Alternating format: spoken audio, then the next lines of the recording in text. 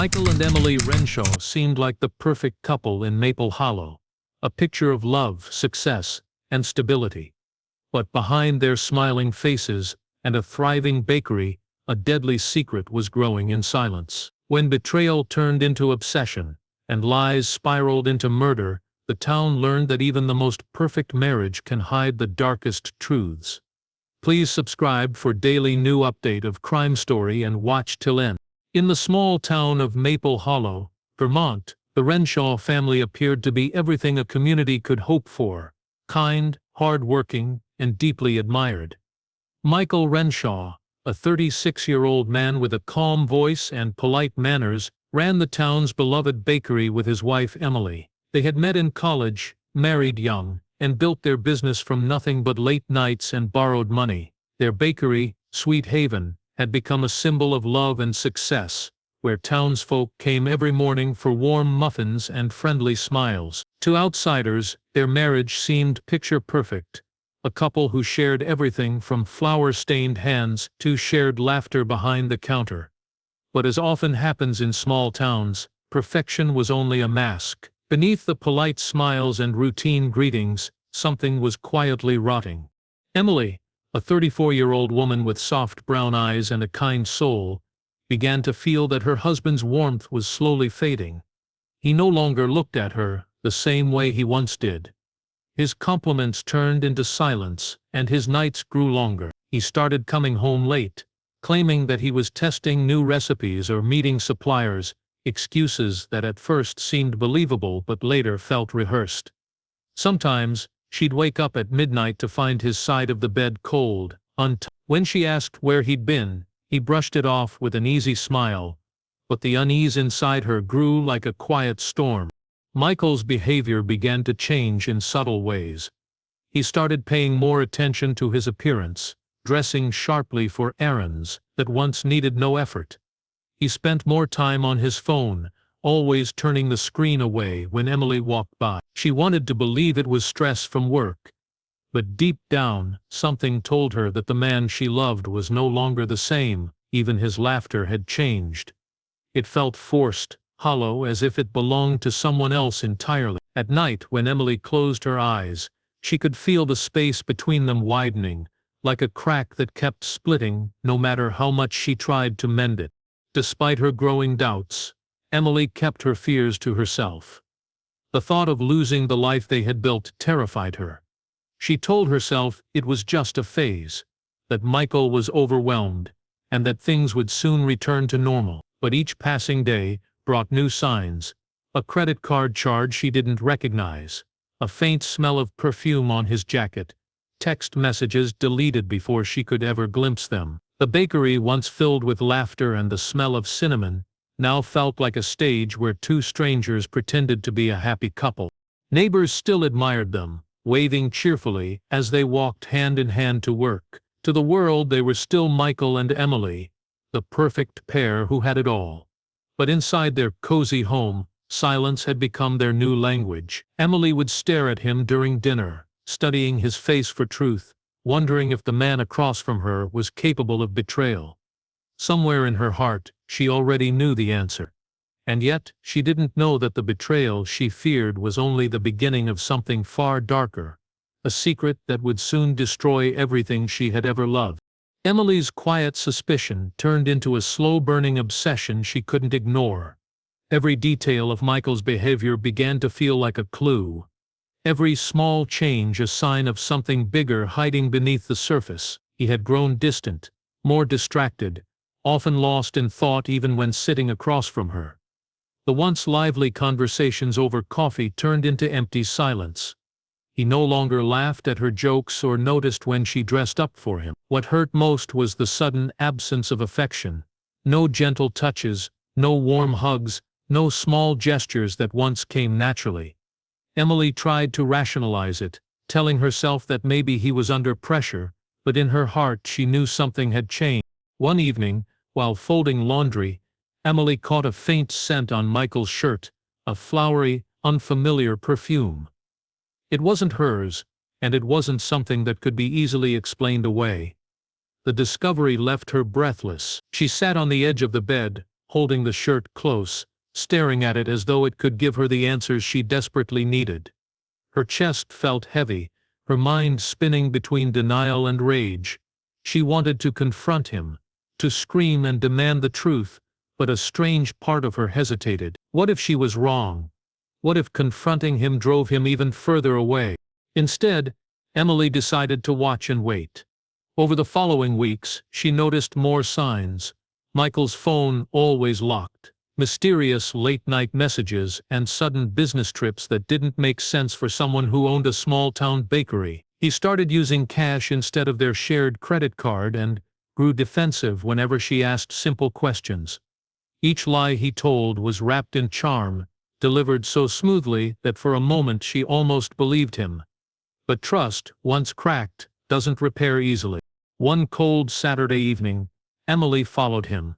She parked her car a few streets behind and watched as he drove out of town, his headlights vanishing into the darkness. Her hands trembled as she followed him at a distance, the road winding through quiet neighborhoods. Finally, he stopped at a small cafe on the outskirts of town, a place neither of them had ever been before. Emily's breath caught when she saw him step out of the car, adjusting his jacket before walking inside.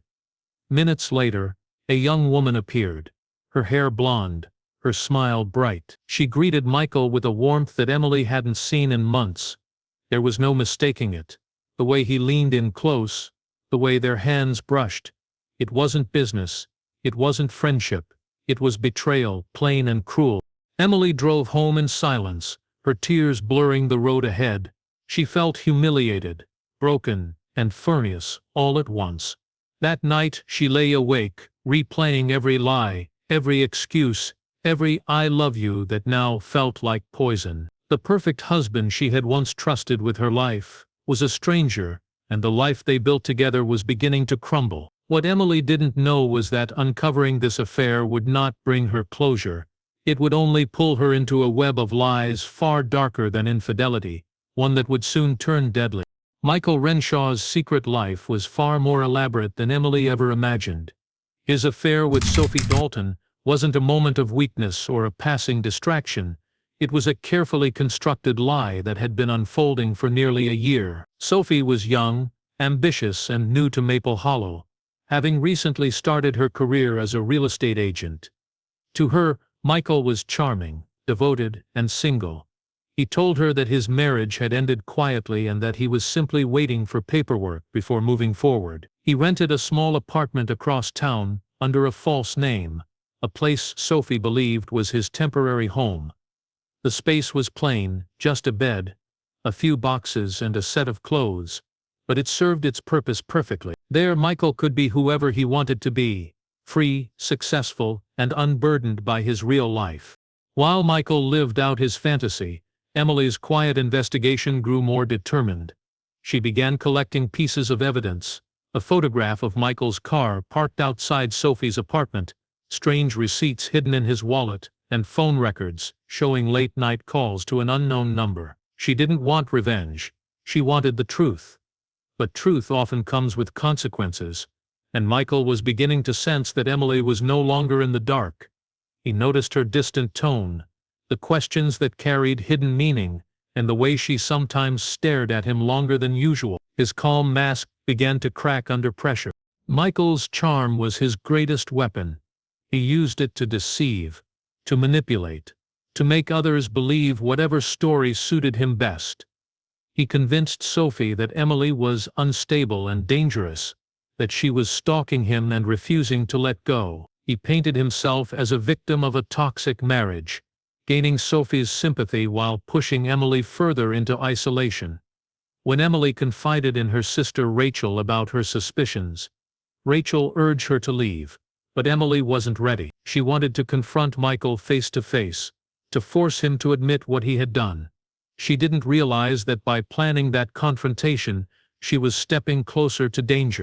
Michael's double life began to unravel when the bakery's accountant called about missing funds. Emily hadn't noticed at first, but Michael had been quietly taking money from their business account, thousands of dollars at a time. He used it to pay for rent, expensive dinners, and weekend trips with Sophie. When Emily confronted him about the missing money, he grew defensive, snapping that it was for business expenses. The calm, loving husband she once knew now had a temper she had never seen before. He began to frighten her. Meanwhile, Sophie started noticing small inconsistencies in Michael's stories, details that didn't line up, documents he couldn't produce, and sudden disappearances that left her uneasy.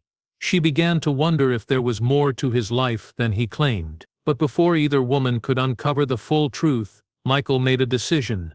He realized his lies were collapsing around him, and if he wanted to protect himself, he would have to eliminate the one person who knew him too well, his wife. The night Emily Renshaw disappeared began like any other October evening in Maple Hollow, quiet, cold, and peaceful. But as the wind picked up and heavy rain clouds gathered, an uneasy tension seemed to settle over the small town. The local weather reports warned of a severe storm approaching, with strong winds and relentless rain. Inside the Renshaw home, the atmosphere was heavy and silent. Emily had spent most of the day at her sister Rachel's house, confiding in her about the affair and her growing fear that Michael was hiding even more. Rachel had urged her to stay for the night, but Emily insisted on going home. She said she needed to face things, to decide whether she was going to leave Michael or make him tell the truth once and for all. That was the last time anyone saw her alive. That night, the rain poured down in sheets, striking the windows with a steady rhythm. Power lines flickered, and thunder rolled across the valley. Around 10 p.m., Michael called one of his employees, claiming Emily had gone out for a drive after an argument and hadn't returned. By morning, her car was discovered abandoned near a bridge on the edge of town. The scene was eerily calm. The car doors were locked, the headlights dimmed, and inside the vehicle lay her purse, wallet, and phone. A handwritten note sat neatly on the passenger seat, reading only, "I can't do this anymore." At first glance, it appeared to be a suicide. The storm had flooded the nearby river, and investigators assumed she had jumped from the bridge into the dark water below. Michael's reaction seemed convincing. He broke down in tears, speaking softly about how Emily had been depressed and distant in recent weeks. The town grieved for her, holding candlelight vigils and placing flowers along the bridge railing. Everyone saw Michael as a devastated husband struggling with unbearable loss. But not everyone believed the story. Rachel refused to accept that her sister had taken her own life. She knew Emily's fears, her plans, and her spirit. Emily loved her son too deeply to ever abandon him, and she hated deep water, so much so that she couldn't even swim. The idea that she would choose to jump from a bridge made no sense. Rachel's unease only grew stronger when she noticed how calm Michael became once the initial investigation ended.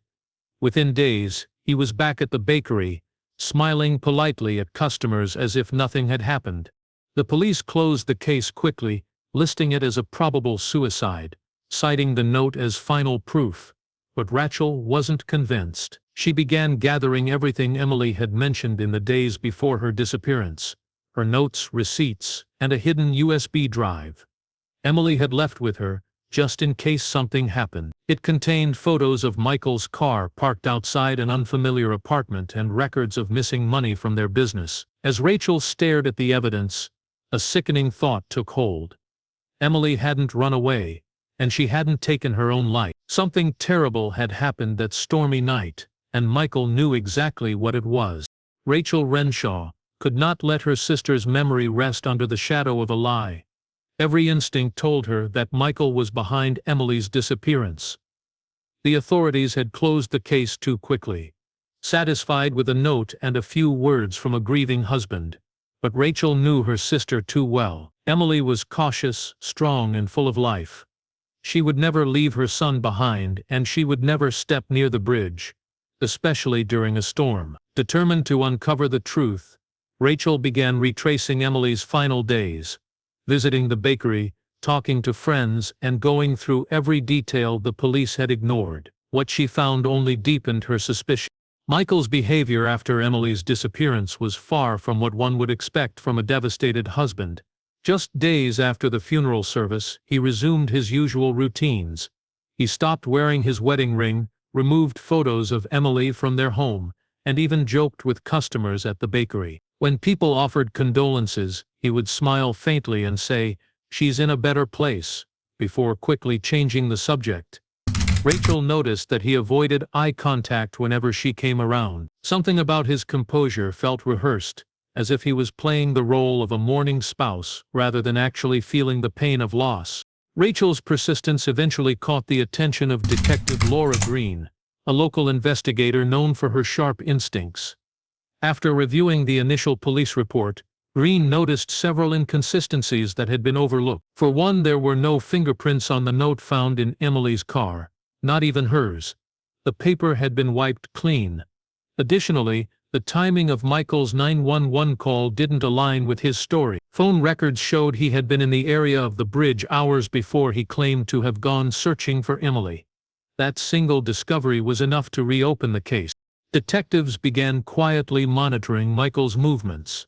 They soon uncovered that, the night before Emily vanished, he had withdrawn over $15,000 in cash from their joint account. When questioned about it, Michael claimed he was paying off business debts, but there was no record of such transactions. Further investigation revealed CCTV footage showing Michael's car driving toward the bridge shortly after midnight. The same night Emily disappeared, he had told police he was home asleep at that time. Forensic experts were brought in to re-examine Michael's vehicle, which had been returned to him after the case was initially closed. Under specialized lighting, faint traces of blood were found in the trunk, cleaned but not completely erased. The DNA matched Emily's. That evidence shattered any illusion of an accident or suicide. When the results came in, Detective Greene requested Michael come in for another interview. He agreed, but appeared nervous, sweating, and avoiding direct questions. His answers contradicted his earlier statements, revealing cracks in his carefully built story. Meanwhile, Rachel waited outside the station, her hands trembling as she prayed for justice. Deep down, she already knew the truth. Michael had killed her sister. The only question left was how and why he thought he could get away with it. Sophie Dalton's life began to unravel the moment the investigation into Emily Renshaw's disappearance reopened. She had fallen for Michael's charm completely, believing every word he said about his failed marriage and controlling wife. But as news reports started hinting at new developments in the case, Sophie began to see the cracks in the image Michael had built for her. The man who once seemed confident and affectionate was now paranoid, restless, and unpredictable. He checked her phone constantly, asked who she spoke to, and grew angry whenever she tried to leave the apartment. The warmth that had once drawn her in was gone, replaced by a quiet menace that made her afraid to speak freely. At first, she tried to rationalize his behavior. She told herself he was grieving, that the investigation was stressing him out. But things got worse. He started showing up at her office unannounced, accusing her of talking to other men. He would drive past her house late at night, sometimes just sitting in his car with the lights off. Sophie's friends began to notice her anxiety. She had lost weight, stopped socializing, and constantly looked over her shoulder. The man she once loved had turned into someone she barely recognized. Then one morning, Sophie received a text message from an unknown number. It read, "You don't know who he really is. Please call me. It's about Emily." Attached was a picture of Michael and Emily together, smiling in front of their bakery. The message came from Rachel Renshaw. Sophie hesitated before responding, her heart racing. When she finally called, Rachel calmly told her everything about Emily's suspicions, the affair, the night of the storm, and the evidence police had found. Sophie felt the floor drop beneath her. Michael hadn't been divorced. He hadn't been a victim. He had been lying from the very beginning. Fear consumed her, but so did guilt. She had believed his stories, even defended him when others questioned his behavior. Now she realized she might have been living with a murderer. For days, she couldn't sleep. Michael's temper grew worse as the pressure from police mounted. He paced around the apartment, muttering that people were trying to ruin his life. One evening, he grabbed Sophie's phone and saw Rachel's number in her call history. His expression changed instantly. He demanded to know what she had told Rachel. but Sophie managed to lie, saying it was a spam call. Still, the tension between them became unbearable. Terrified, Sophie reached out to Detective Laura Greene and confessed everything she knew. She admitted that Michael had been with her on the night Emily disappeared, but had left for several hours during the storm, returning wet and shaken. She also mentioned a strange comment he made weeks later, that some problems fix themselves when you stop running. The detectives recorded her statement and asked her to secretly record any future conversations with Michael. Days later, Sophie set her phone on record and confronted him, her voice trembling as she asked about Emily. Michael's calm facade cracked. He said, almost under his breath, that he didn't mean for it to happen. That one line, captured on audio, would soon become the evidence that exposed everything. The lie, the affair, and the murder he could no longer hide. Detective Laura Greene listened to Sophie Dalton's recording again and again, each time more certain that this was the breakthrough the case needed. Michael Renshaw's voice was low but clear, laced with panic and guilt, as he said, "I didn't mean for it to happen." It wasn't a full confession, but it was enough to suggest he had direct involvement in Emily's death. Combined with the blood evidence and Sophie's statement, the pieces of the puzzle were finally fitting together. Greene requested a search warrant for the area near the bridge where Emily's car had been found. Something in Michael's version of events had always bothered her. The timing, the weather, and the missing window between the moment Emily supposedly drove off and when Michael called police. It was as if he had needed those few hours for something. The search began early one morning, when the fog still hung low over the river. A team of officers, forensic experts, and dogs combed through the woods and shallow areas near the bridge. For hours, they found nothing. The rain had washed away most traces, and the storm had scattered debris everywhere. But Detective Greene refused to stop. She followed a faint trail down a muddy path, where the ground looked freshly disturbed despite the weather. It was near a cluster of trees, half hidden by fallen leaves. When the dogs began to bark, she knew they had found it. Beneath a thin layer of soil lay a shallow grave. The discovery was grim but expected. Inside was the body of Emily Renshaw, her clothing torn, her skull fractured by a blunt object. The medical examiner confirmed what Greene already suspected. She hadn't drowned. She had been killed before being left there. When news of the discovery reached Michael, he tried to maintain his composure, but witnesses later recalled his hands trembling and his face losing all color.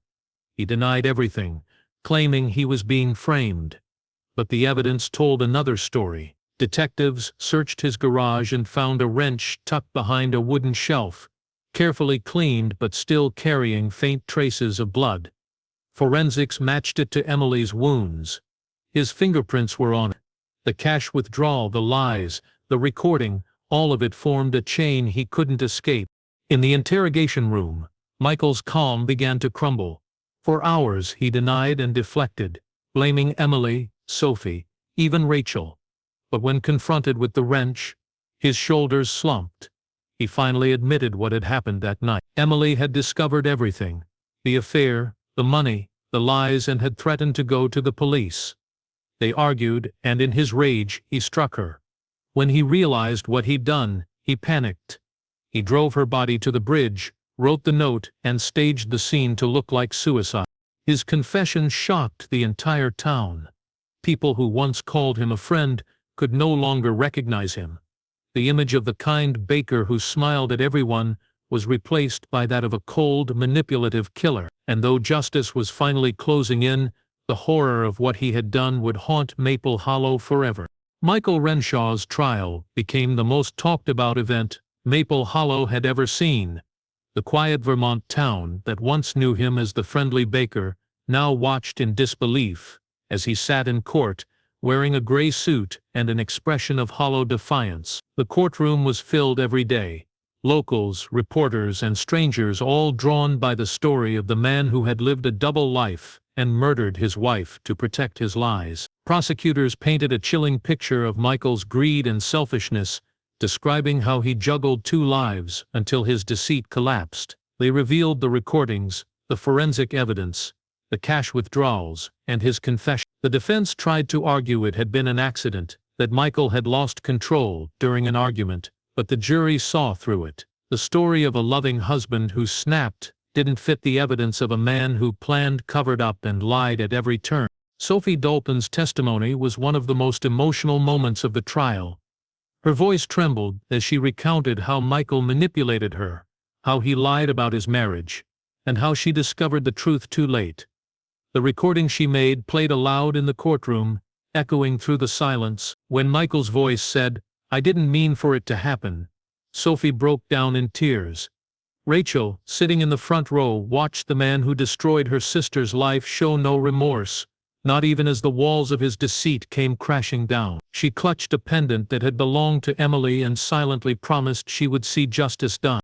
The prosecution's final argument was simple but powerful. Michael Renshaw, killed not out of passion, but out of fear of losing his perfect image, his business, and control over the lies he had built. He didn't just betray his wife, he destroyed her to protect his reputation. After 3 days of deliberation, the jury returned their verdict: guilty of first-degree murder. When the words were spoken, Michael stared straight ahead, his expression blank. Rachel wept quietly, and the entire courtroom felt the weight of justice settle at last. The judge sentenced him to life imprisonment without the possibility of parole. In the months that followed, Maple Hollow tried to move on, but the story of the Renshaws lingered like a scar the town could not forget. The bakery closed its doors for good. The cheerful yellow sign faded and worn. Locals avoided the street where Michael and Emily once lived. Unable to shake the image of the smiling couple who had seemed so perfect, Rachel gained custody of Emily's young son, promising to raise him with love and honesty, and to make sure he would always know the truth about his mother's courage. Sophie left Maple Hollow quietly, hoping to rebuild her life far away from the shadow of what had happened. Detective Laura Greene received a commendation for her work, though she admitted the case would stay with her forever. And somewhere in the small town, beneath the whisper of the maple trees, people still told the story of Michael Renshaw,